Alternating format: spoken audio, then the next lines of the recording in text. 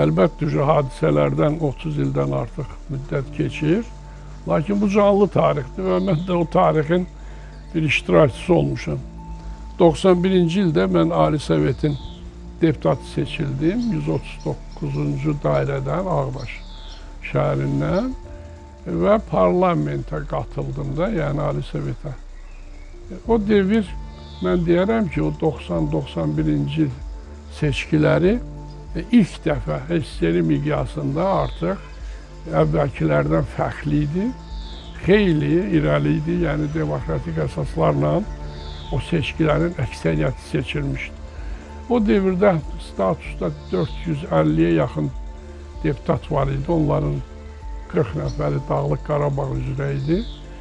Yerdə qalanları da bütün Azərbaycanın inzibati ərazilərindən seçilən 400-ə yaxın Ali Sovetin deputatları idi. Həmin deputatlar da təbii də bugün əksəriyyəti həyatdadır. Yəqin ki, xatırlayırlar. O devir çox çətin, ağır bir devir idi. SSR demək olar ki, dağılma ərəfəsində idi. Bunu bəzi siyasətçilər tuturdu, bəziləri qorxurdu, bəziləri çəkinirdi. Hətta referendum keçirildi 1992-ci ilin mart ayında. Mən artıq deputat seçilmişdim, ancaq mandatı almamışdım, yəni iştirak etmirdim. Ali Sovetdə belə bir məsələ qoyuldu ki, SSR-də qalıb-qalmama barəsində referendum keçirilsin və təəssüflər olsun ki, o vaxtı həmişə olduğu kimi də Azərbaycan dili SSR-nin ərazisində olan bütün seçkilər kimi 90%-dən yuxarı güya seçicilər səs verdilər ki, SSR-nin qalmasına səs verir. Əlbəttə, bu seçkilərin, yəni bilirsiniz, bunu tamaşaçılar da bilir ki, demək olar ki, hamısı əksəriyyəti saxta seçkilər idi, heç xalqın istəyi nəzərdə tutulmurdu. Lakin o devirdə artıq Heydər Əliyev də bilirsiniz, 87-ci ilin oktyabr ayında siyasi bürodan uzaqlaşdırılmışdı. 90-cı ilin iyun ayında o bir çətinliklə Bakıya döndü və mən də o devirdə Ağdaşda milis rəisi işləməyimə baxmayaraq onun qarşılayanlardan biri olduq. Bir ayda portunda təxminən bir 30-40 nəfər insan, çox təhlükəli bir vəziyyət yarandı. İndi hadisələr barəsində mənə elə gəlir ki, tamamilə hamının məlumatı var. Və Heydər Əliyev də az müddətdən sonra Naxçıvana üz tutdu. Daha doğrusu da sonra orada seçkilərdə Ali Sovetin, Naxçıvan Ali Sovetin deputatı, həm də Respublika Ali Sovetin deputatı seçildi. Daha sonra da Naxçıvan Milli Məclisinin sədri oldu. Və Naxçıvanda artıq bu referenduma Heydər Əliyev deputatları getmədilər. Azərbaycanın milli bayrağı, yəni bilirsiniz, üç rəngli bayrağımız Azərbaycan, Naxçıvan Respublikasının bayrağı elan olundu. Ancaq Bakıda hələ bu hadisələr, necə deyərlər, bir qədər qorxu ilə yanaşılırdı.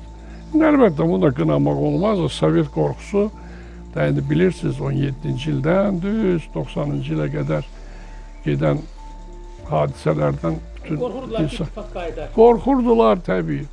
91-ci ildə mən onda İstanbul'duydum. Belə bir QKÇP hadisəsi oldu avqust ayında. Bəli, məşhur. Məşhur QKÇP. Onda mən də ailəmlə İstanbul'a getmişəm, məni dəvət etmişlər. Çox qorxu yaşadıq. Elə hesab etdik ki, yenidən SSR daha da möhkəmlənir, repressiyalar başlayacaq, hətta sərhədlər də bağlanılmasını fikirləşirdik. Lakin elə mən onda Ankara'ya getdim, Böyük Millət Məclisinə, Türkiyədə, orada da deputatlarla görüşdüm. Ancaq elə qismət oldu ki, yəni bilirsiniz, 2 gündən sonra Moskvada olan hadisələrdən QKÇP törədənlər həbs olundu, Yeltsin hakimiyyətə gəldi və sonra da SSR-nin dağılması başlandı, Qarbaçov istefa verdi. Azərbaycan da 91-ci ilin oktyabr ayında, 16-sında öz müstəqilliyinin bərpası haqqında qərar qəbul etdik, mən də iştirak etdik. Hətta o vaxtı Lenin meydanı idi. İndiki Azadlıq meydanında böyük tədbirlər keçirildi və çıxışlar da etdik. Ancaq ona baxmayaraq yenə də Azərbaycanda SSR qayıdacaq, yenidən bu ittifaq bərpa olunacaq, o qorxu, o hisslər var idi. Xof var idi. O xof var idi, bəli. Ancaq buna baxmayaraq, 92-ci ilin fevral ayının hadisələrinin də mən canlı şahidi oldum. Həmin vaxtı mən Ağdama getmişdim. Ağdama müəyyən qədər hərbi sursat, ərzaq aparmışdı. O vaxtı mən Şuşanın rəisi ilə telefon əlaqəsi yaratdım. Vidadi Bayramov məndən xahiş elədi həyəcanla ki, bilir mən Ali Sovetin deputatıyam ki, biz Cahangir müəllim vəziyyət olduqca ağırdı. Həm Şuşada, həm Qarabağ ərazisində olan Azərbaycan kəndlərində, Xocalıda siz bu barədə mütləq rəhbərliyə, ölkə rəhbərliyinə, parlamentə çatdırın. Elə birbaşa təxminən fevral ayının elə də əvvəlləri idi. Birbaşa Bakıya gəldim, prezident aparatına getdim və prezidentin, onda Mütəllimov idi, qəbul otağına getdim və Zərbəliyev Kürşad, onda köməkçi idi və tələb elədim ki, mənimlə görüşsün, belə bir ağır, çətin durum var Qarabağda. Lakin görüş alınmadı. Yəni, mənim kitablarımda bunlar var, hamısını danışıb vaxt almaq istəmirəm. Görüş alınmadı, mən getdim Ali Sovetə, orada bütün deputatlara çatdırdım ki, Qarabağda artıq Milli Şura fəaliyyət göstərdi. Çox çətin bir vəziyyət var. Lakin heç bir reaksiya olmadı və 26-sı bilirsiniz də, 26-sını keçən gecə Xocalıda belə bir qətliyam oldu. Mən də bu barədə birbaşa məlumat aldım. Ancaq təəssüflər olsun ki, yenə Azərbaycan Daxili İşlər Naziri məlumat verdi ki, Xocalıda 2 nəfər həlak oldu. Belə çox acınacaqlı bir məsələ idi. Və mart ayının 4-də Ali Sovetin fövqəladə sessiyası keçirildi.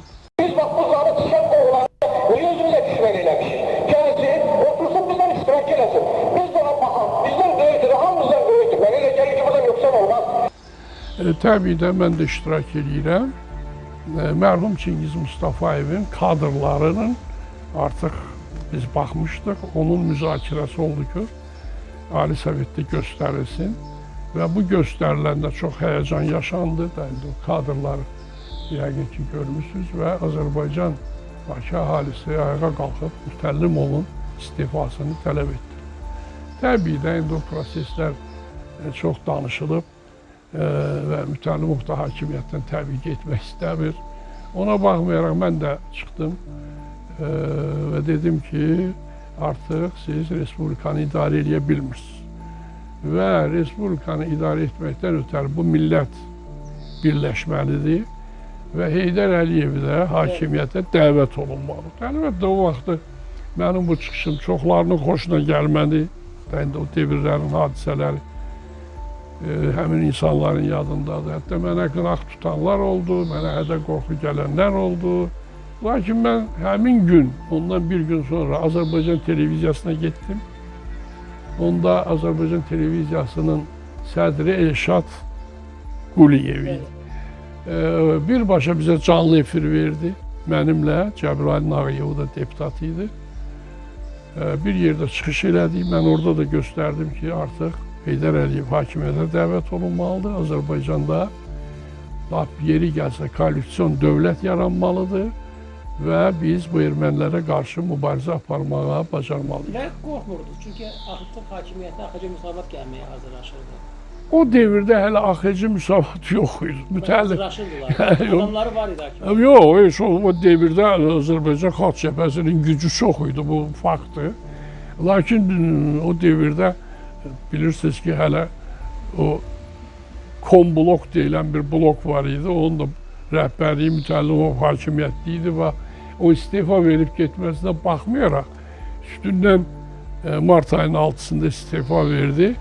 May ayının 14-də yenidən hakimiyyətə qayıtma barəsində belə bir Ali Sovetin biabırçı yenə də sessiyası oldu. O vaxtda da mən dedim ki, bu düzgün akt deyil, bu beynəlxalq hüquqa uyğun deyil. Əgər prezident istefa verirsə, özü də səhhəti ilə bağlı bir aydan sonra yenidən mən hakimiyyətə qayıdıram deməsi tamamilə qanunsuz bir hadisə idi və o da Azərbaycan xalqı tərəfindən kəskin pislənildi, bilirsiniz də həmin vaxtı 18-də, artıq may ayının 18-də yenidən Ali Sovetin fövqəladə sessiyası keçirildi. Mütəllimov, o vaxtki Ali Sovetin sədri istefa verdilər və həmin sessiyada İsa Qəmbərovun namizədliyi irəli sürüldü. Ali Sovetin sədrliyi. Yenə də mən çıxış elədim və göstərdim ki, Heydər Əliyev dəvət olunsun və onun namizədliyi də irəli sürülsün. Lakin da indi o hadisələri dəfələrlə göstəriblər. Müəyyən bahanələr gətirildi, güya telefon işləmədi, Heydər Əliyev gəlmək istəmədi. İsa Qəmbərov Ali Sovetin sədri seçildi. Təbii o cavan idi, belə çətin durumda. Şahangir müəllim, necə xatırlayırsınız Gəncə qiyamı dövründəki hadisələri, amma özünüzün iştirakı olduğunuz müzakirələrdən danışaq. Mən o devirdə bütün müzakirələrdə iştirak edirdim. Artıq mən Beləsivarda polis rəisliyindən istefa verib, polis akademiyasında pedaqoji fəaliyyətlə məşğul olurdum. Yəni kifayət qədər vaxtım var idi və demək olar ki, Milli Şuranın bütün iclaslarında iştirak edirdi. Hətta bizə bilirsiniz də artıq 18 mayda 92-ci ildə deputatların səlahiyyətləri donduruldu. Bu da tamamilə absurd bir qərar qəbul olundu ki, 350 deputatın statusu dondurulur, 50 nəfərdən ibarət komblok və 25 demblok fəaliyyət göstərəcək. Əlbəttə, bunlar mənim dedim də əsərlərimdə, kitablarımda var, tamamilə hüquqa uyğun olmayan hərəkətlər idi. Mənim çıxışlarım da oldu və göstərdim, təəssüflər olsun. Da indi həmin devirləri xatırlayanlar var. Dedilər ki, yox, 50 nəfər olmalıdır. Mən göstərdim, parlament buraxılsın, yeni seçkilər keçirilsin. Ona da getmədilər. Güya 50 nəfər Respublikanın qanunvericilik orqanını və hətta prezident səlahiyyətlərini də yerinə yetirəsi oldu. Onun da acı nəticələrini gördük. Mart ayında Heydər Əliyev, qardaşı Həsən Əliyevin 40 mərasiminə gəldi. Mart ayının əvvəlləri. Və biz də belə geniş qarşıladıq və səhəri günü 93-cü ildə. 93-cü ilin mart ayında səhəri günü mən Maksim Musayev, Gülabbas Qəhrəmanov, onlar hər ikisi Ali Sovetin deputatları idi. Biz Nərimanov yapın qərargahında Heydər Əliyevdən görüşdük. Və biz təxminən bir saat yarıma yaxın görüş oldu. Və biz orada Heydər Əliyevə müraciət elədik ki, bu dövlət artıq idarə olunmur. Getdikcə faciələr gəlir, Qarabağ ətrafı artıq işğal olunub. Heydər Əliyev də böyük siyasətçidir təbii, o bizi dinlədi və mən açıq danışıram, birinci dəfədir bu sözləri deyirəm. O da dedi ki, çox təhlükəli bir vaxtdır və mən bu hakimiyyət ilə gəlib işləyə bilmərəm. Yəni biz ondan xahiş edirdik ki, gəlib Ali Sovetin iclasına qatılsın da, o bir Naxçıvan Ali Məclisinin sədri kimi onun statusu var idi ki, Ali Sovetin mavinin statusu var. Ancaq dedim, mən bunlarla işləyə bilmərəm. Biz ondan xahiş elədik ki, siz gəlin, çıxın şəhərə, Bakıya, bütün millət sizi gözləyir. O bizə inandı və həqiqət o günləri, bunu da yəqin ki, Azərbaycan cəmaatı vaxtı bilirlər, 28 may metrosu ətrafında Heydər Əliyev, biz, bir sıra yapın üzvləri onu gəzintiyə çıxdı. Və böyük bir izdiham yaşandı. İnanın, o Azi İnstitutun ətrafı idi, orada biraz qalabalıq geldi. Yüzlərlə insan Heydər Əliyevin ətrafına toplaşdı və hamı xahiş edirdi ki, biz sizi gözləyirik, siz hakimiyyətə gəlin. Hətta baxmayaraq ki, o vaxtı Daxili İşlər Nazirliyi əməkdaşları müəyyən tədbir keçirmək istəyirdilər, cəmaatı qorxutmaq istəyirdilər, lakin alınmadı. Və axşam Heydər Əliyev, Həsən Əliyevin hüzurunda, 40 hüzurunda biz baxdıq ki, Həsən Əliyev rəhbətə gedən günü 3-ünə qədər ora bir 50-30 adam gəlib getdi. Ancaq həmin 40-da ki, bu Heydər Əliyevin gücünü gördülər, bütün AXC hakimiyyəti, başda mərhum prezident Əbülfəz Elçi bəy və yerdə qalan bütün o siyasi adamlar hamısı gəlib hüzurda iştirak etdilər və orada da böyük bir belə görüş oldu, səmimi söhbətlər oldu. Lakin biz o görüşdə, o Nərimanovda belə bir qərara gəldik ki, Ali Sovetin dondurulmuş deyək də, deputatlarının status var da, Milli Məclisin nizamnaməsi var ki, deputatların 1/3 əgər imza toplayıb Ali Sovetin sessiyasını çağırmaq istəsələr, Ali Sovetin fəaliyyəti bərpa olunur. Biz artıq 134 deputatın imzasını topladıq. Burada yapın üzvləri, bir sıra deputatlar çox fəal iştirak etdilər və o müraciəti həm Azərbaycan Prezidenti Əbülfəz Elçi bəyə, həm də Milli Məclisin rəhbərliyinə çatdırdıq. Bu təxminən may ayıdır. Lakin bizim bu müraciətimiz də, necə deyərlər, belə soyuqqanlıqla qarşılandı və bunu müxtəlif bahanələr gətirdilər ki, yox, bu dəqiqə Ali Sovetin sessiyasını çağırmaq olmaz, biz silah gücünə gəlmişik, gedin, siz də silah gücünə gəlin, belə çıxışlar var. Və həmin vaxtı mən də indi əməliyyat işçisiyəm, dediyim kimi cəbhədə də böyük uğursuzluqlar var. Sürət Hüseynov da bilirsiniz də briqada komandiri idi, milli qəhrəman idi, o da Ali Sovetin deputatı idi, o da o müraciətə qol çəkənlərdən biri idi. Və necə oldusa bunlar onunla belə məsələ qoydular ki, mütləq Sürət Hüseynovun tərki silah olunmalıdır. Əlbəttə da indi bu hadisələrdə bizim o devirki insanlar xatırlayırlar. Bunun da acı nəticələri ortaya çıxdı. Orada da onlarla insan həlak oldu. Həm prezident aparatının işçiləri, həm Gəncə sakinlərindən, mülkü və hərbiçiləri. Belə ağır durum yarandı, artıq vətəndaş müharibəsi təhlükəsi gəldi, üstümüzə aldı və onda məcbur oldular. Heydər Əliyevin Naxçıvandan Bakıya dəvət elədilər. Və Heydər Əliyev 12-si iyunda Bakıya gəldi, o da qarşılandı və birbaşa məclisə gəldi və məclisdə elan elədi ki, bu çox çətin, ağır məsələdir, o Gəncəyə gedəcək. Və mən də o vaxt bayaq vuruladım, Gəncənin köhnə Dövlət Təhlükəsizliyi şöbəsinin rəisi Cəbrayıl Dağıyevlə biz də ikimiz getdik Gəncəyə. Orada artıq... Siz Gəncədə olmuşsunuz. Bəli, bəli. Orada artıq da indi insanlar çox belə həyəcanlı, ağır, çətin durum idi.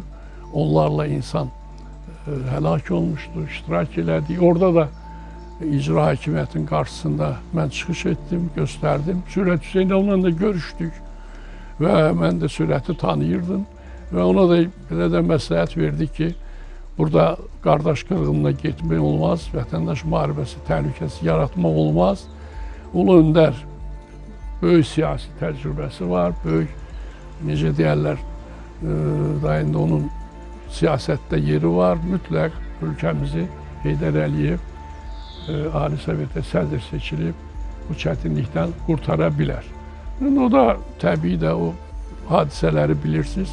Ayın 15-də yenidən Milli Şuranın iclasında məsələ qoyuldu ki, artıq İsa Qəmbər istefa vermişdi, İsa Qəmbər də istefa vermişdi, baş nazir də istefa vermişdi.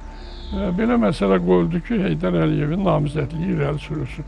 Bir maraqlı məsələ də deyim ki, həmin vaxt başqa bir namizədin də verilməsi nəzərdə tutulurdu. Burada gəlin oyunları qutaraq. Bu oyunlar başlayıb 88-ci ilin fevral ayından. Keçən ilin may ayının 18-də biz burada Ali Sovetə sədr seçəndə qaldırıb baxa bilərsiniz. Mən çıxış elədim, göstərdim ki, gəlin dövlət şurası yaradaq. Bugün bizim respublikamızı bir dənə vahid qüvvə var, o da Heydər Əliyevdir bu çətinlikdən çıxartmağa. Ya onu Ali Sovetə sədr seçməliyik, ya dövlət şurası yaradıb onu sədr təyin eləməliyik. Qutarmaq lazımdır bu oyunları. yalandan hərə gəlib 1 il, 5 ay, 3 ay Ali Sovetin sədri işləyib, Respublikanı bu çətin vəziyyətə salmasın. Artıq Respublikanın torpaqlarının onda bir hissəsi gedib və hücumlar da davam edir. Artıq qardaş qırğını var. Əlimiz qana batıb. Düzgün danışmaq lazımdır. İndi də oyun oynayırıq.